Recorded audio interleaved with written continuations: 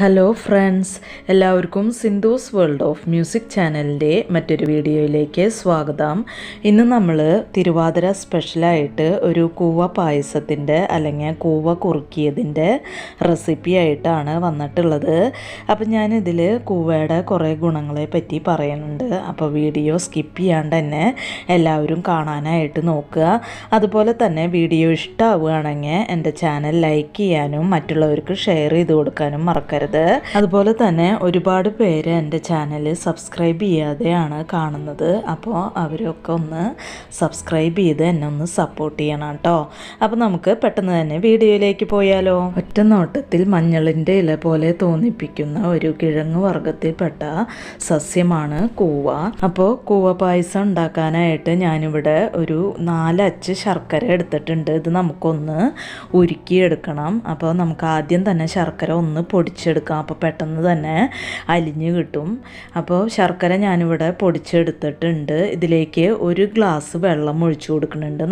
നമ്മൾ എപ്പോഴും എടുക്കാറുള്ള അളവ് ഗ്ലാസ്സിലാണ് ഞാൻ വെള്ളം എടുത്തിട്ടുള്ളത്. അത് ഇതിലേക്ക് ഒഴിച്ചു കൊടുത്തിട്ടുണ്ട്. ഇനി നമുക്കിത് ശർക്കര ഒന്ന് നന്നായിട്ട് ഉരുക്കിയെടുക്കാം. ശർക്കരയ്ക്ക് പകരം നിങ്ങൾക്ക് വേണമെന്നുണ്ടെങ്കിൽ പഞ്ചസാര എടുക്കാം. പക്ഷേ കൂടുതൽ ശർക്കരയായിരിക്കും കൂടുതൽ നന്നാവുക. അപ്പോൾ ശർക്കര ഉരുക്കിയെടുക്കാനായിട്ട് ഞാനിത് അടുപ്പത്ത് വെച്ചിട്ടുണ്ട്. ഇനി നമുക്ക് ഇത് ഒരു നൂൽപ്പരുവൊന്നും ആവേണ്ട ആവശ്യമില്ല. നന്നായിട്ട് ഒന്ന് ഉരുക്കി വരുമ്പോൾ ഇത് നമുക്ക് തീ ഓഫ് ചെയ്ത് അരിച്ചെടുക്കാം. അപ്പോൾ നമ്മുടെ ശർക്കര ഇവിടെ നന്നായിട്ട് ഉരുകി വന്നിട്ടുണ്ട്. അപ്പോൾ ഇത് നമുക്ക് അരിച്ച് ഒരു പാത്രത്തിൽ മാറ്റി വയ്ക്കാം. ഇനി ഞാനിവിടെ ഒരു പാത്രം എടുത്തിട്ടുണ്ട്. അതിലേക്ക് ഒരു 5 ടേബിൾ സ്പൂൺ കൂവപ്പൊടി അല്ലെങ്കിൽ ആരോറൂട്ട് പൗഡർ ചേർത്ത് കൊടുക്കുന്നുണ്ട്. അപ്പോൾ ഈ കൂവപ്പൊടി നമ്മൾ വീട്ടിൽ തന്നെ ഉണ്ടാക്കിയിട്ടുള്ളതാണ്. അപ്പോൾ ഹോം മെയ്ഡായിട്ട് കൂവപ്പൊടി എങ്ങനെയാണ് ഉണ്ടാക്കുക എന്നുള്ള വീഡിയോ ഞാൻ പിന്നെ എപ്പോഴെങ്കിലും ചെയ്യാം. എനിക്ക് ഇപ്രാവശ്യം ചെയ്യാനായിട്ട് പറ്റിയില്ല. ചെയ്യണമെന്ന് ഞാൻ ഒരുപാട് വിചാരിച്ചിട്ടുണ്ടായിരുന്നു, പക്ഷെ ചെയ്യാനായിട്ട് പറ്റിയില്ല. അപ്പോൾ ഞാനത് പിന്നീട് എപ്പോഴെങ്കിലും ഒന്ന് ചെയ്ത് കാണിക്കാം കേട്ടോ. ഇനി ഇതിലേക്ക് ഞാൻ 1.5 കപ്പ് വെള്ളം ചേർത്ത് കൊടുക്കുന്നുണ്ട്. എന്നിട്ട് നമുക്കിത് ഒന്ന് നന്നായിട്ട് ഒന്ന് മിക്സ് ചെയ്തെടുക്കാം. ഈ കൂവപ്പൊടി ഇതിൽ നന്നായിട്ടൊന്ന് മിക്സ് ചെയ്തെടുക്കുക. അതിന് ശേഷം നമുക്ക് ബാക്കി വെള്ളം ഒഴിക്കാം. അപ്പോൾ ഒന്നിച്ച് വെള്ളം ഒഴിച്ചു കൊടുക്കുമ്പോൾ ഇത് അലിഞ്ഞ് വലിയ കട്ടയായിട്ട് ഇരിക്കും. അപ്പോൾ നമുക്ക് ഒന്ന് മിക്സ് ചെയ്തെടുത്തതിന് ശേഷം ഇത് ബാക്കി വെള്ളം ഒഴിക്കാം. അപ്പോൾ നമ്മൾ തീ കത്തിച്ചിട്ടൊന്നുമില്ല കേട്ടോ. ഇത് മിക്സ് ചെയ്തെടുത്തതിന് ശേഷമാണ് നമ്മളിത് അടുപ്പത്ത് വയ്ക്കണുള്ളൂ. അപ്പോൾ നമ്മൾ കൂവപ്പൊടി ഇവിടെ നന്നായിട്ട് മിക്സ് ചെയ്തെടുത്തിട്ടുണ്ട്. ഇനി നമുക്ക് ബാക്കി വെള്ളം കൂടി ഇതിലേക്ക് ചേർത്ത് കൊടുക്കാം. ഇപ്പോൾ 2 കപ്പ് വെള്ളമാണ് നമ്മൾ മൊത്തത്തിൽ ചേർത്ത് കൊടുത്തിട്ടുള്ളത്. ഇനി 1 കപ്പ് വെള്ളം കൂടി നമുക്ക് ചേർത്ത് കൊടുക്കാം. പിന്നെ നമ്മൾ ഉരുക്കി വെച്ചിട്ടുള്ള ശർക്കര അത് നന്നായിട്ട് അരിച്ചെടുത്തിട്ടുണ്ട്. അത് നമുക്ക് ഇതിലേക്ക് ഒഴിച്ചു കൊടുക്കാം.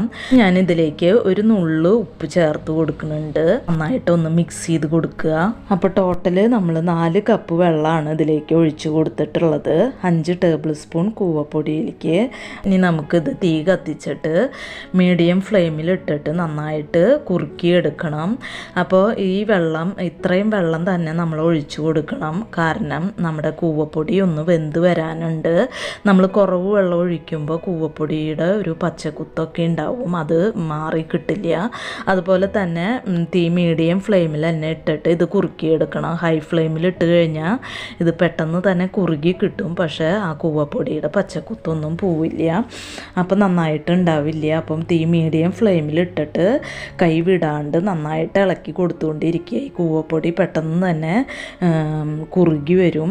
അപ്പോൾ അടി പിടിക്കാനുള്ള ചാൻസ് ഉണ്ട്. അപ്പോൾ അതുകൊണ്ട് കൈ വിടാണ്ട് തന്നെ നന്നായിട്ട് മിക്സ് ചെയ്ത് കൊടുത്തുകൊണ്ടിരിക്കണം. സ്ത്രീകളുടെ പ്രധാന ആഘോഷമായിട്ടുള്ള ധനുമാസത്തിലെ തിരുവാതിരയിൽ പ്രധാനപ്പെട്ട ഒന്നാണ് കൂവ പായസം അല്ലെങ്കിൽ കൂവ കുറുക്കിയത്. കൂവപ്പൊടിയിൽ ധാരാളം magnesium, potassium, sodium, copper, vitamin A, vitamin C, thiamine എന്നീ ധാരാളം പോഷകങ്ങൾ അടങ്ങിയിട്ടുണ്ട്. വയറ് സംബന്ധമായ പല പ്രശ്നങ്ങൾക്കും ഇത് വളരെ ഉത്തമമാണ്. ഇതിൽ സ്റ്റാർച്ചാണ് വയറിൻ്റെ ആരോഗ്യത്തിന് സഹായിക്കുന്നത്. ദഹന സംബന്ധമായ പ്രശ്നങ്ങൾക്ക് ഇത് കഴിക്കുന്നത് വളരെ നല്ലതാണ്. വയറിളക്കം പോലുള്ള രോഗങ്ങൾ, ഛർദി, അസിഡിറ്റി, ഗ്യാസ് എന്നീ പ്രശ്നങ്ങൾക്ക് ഈ കൂവപ്പൊടി കഴിക്കുന്നത് വളരെ നല്ലതാണ്. കുട്ടികൾക്കും മുതിർന്നവർക്കും ഒരുപോലെ സഹായിക്കുന്ന ഒന്നാണ് ഇത്. ഇതിൽ ധാരാളം അയൺ അയൺ അടങ്ങിയിട്ടുള്ളതിനാൽ ഇത് വളർച്ചയ്ക്ക് നല്ലൊരു മരുന്നാണ്. കൂടാതെ ഹീമോഗ്ലോബിൻ വർദ്ധിപ്പിക്കാനായിട്ട് ഇത് വളരെ നല്ലതാണ്. അതുപോലെ തന്നെ എല്ലുകളുടെ ആരോഗ്യത്തിനും ഗർഭിണികൾക്കും ഇത് വളരെ ഉത്തമമാണ്. ഇപ്പോൾ കൂവപ്പൊടി ഇവിടെ കുറുകി വന്ന് തുടങ്ങിയിട്ടുണ്ട്. അപ്പോൾ നന്നായിട്ട് തന്നെ മിക്സ് ചെയ്ത് കൊടുത്തുകൊണ്ടിരിക്കുക. അപ്പോൾ കുറുകി വരുമ്പോൾ ഇതിങ്ങനെ കട്ടകളായിട്ട് വരണതായിട്ട് കാണാം. നന്നായിട്ട് മിക്സ് ചെയ്ത് കൊടുത്തുകൊണ്ടിരിക്കുക. ഇപ്പം നമ്മുടെ കൂവ പായസം ഇവിടെ കുറുകി വരുന്നുണ്ട്. അപ്പം നമുക്ക് അറിയാനായിട്ട് പറ്റും കുറുകി വരുമ്പോൾ അതിൻ്റെ കളർ തന്നെ മാറിക്കൊണ്ടിരിക്കുന്നുണ്ട്. നമ്മുടെ ഫസ്റ്റത്തെ കളറല്ല ഇപ്പോൾ വന്നുകൊണ്ടിരിക്കുന്നത്.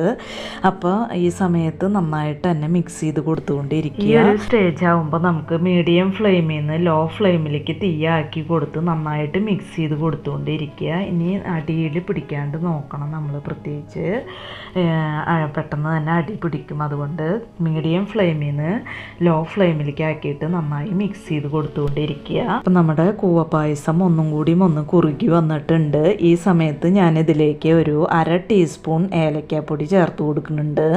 അതുപോലെ തന്നെ ഒരു നുള്ള് ജീരകം പൊടിച്ചത് ചേർത്ത് കൊടുക്കുന്നുണ്ട്. അപ്പോൾ ഇതൊക്കെ നമ്മുടെ പായസത്തിന് ഒരു ഫ്ലേവർ കൂട്ടാനായിട്ടുള്ളതാണ്. അപ്പോൾ നമുക്ക് ഇതൊന്നും ഇടണ്ടെന്നുണ്ടെങ്കിൽ ചേർക്കണം എന്നില്ല. നന്നായിട്ടൊന്ന് മിക്സ് ചെയ്ത് കൊടുക്കുക. അപ്പോൾ ഏലക്കാപ്പൊടിയുടെ ടേസ്റ്റ് ഇനി വേണമെന്നുണ്ടെങ്കിൽ നമുക്കത് കൂട്ടി കൊടുക്കാം. ഇനി ഞാനിതിലേക്ക് ഒരു പിടി തേങ്ങ ചിരകിയത് ചേർത്ത് കൊടുക്കുന്നുണ്ട്. അപ്പോൾ നല്ലൊരു ടേസ്റ്റാണ് നമ്മുടെ പായസം കുടിക്കുമ്പോൾ. അപ്പോൾ തേങ്ങ ചിരകിയതും ഈ പറഞ്ഞ പോലെ ഇതൊക്കെ ഓപ്ഷണലാണ്. നിങ്ങൾക്ക് വേണമെന്നുണ്ടെങ്കിൽ മാത്രം ചേർത്ത് കൊടുത്താൽ മതി. നന്നായിട്ട് മിക്സ് ചെയ്ത് കൊടുക്കുക.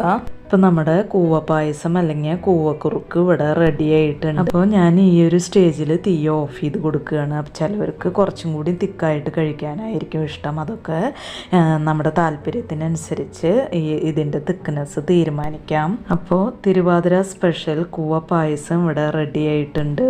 അപ്പോൾ ഇത്രയേ ഉള്ളൂ ഇന്നത്തെ വീഡിയോ. ഒരുപാട് ഗുണങ്ങളുള്ള, അതുപോലെ തന്നെ വളരെ പെട്ടെന്ന് തന്നെ തയ്യാറാക്കാൻ പറ്റണ ഈ കൂവ പായസം ഇഷ്ടമായി എന്നുണ്ടെങ്കിൽ നിങ്ങൾ അഭിപ്രായങ്ങളൊക്കെ കമൻ്റായിട്ടൊന്ന് പറയണം കേട്ടോ.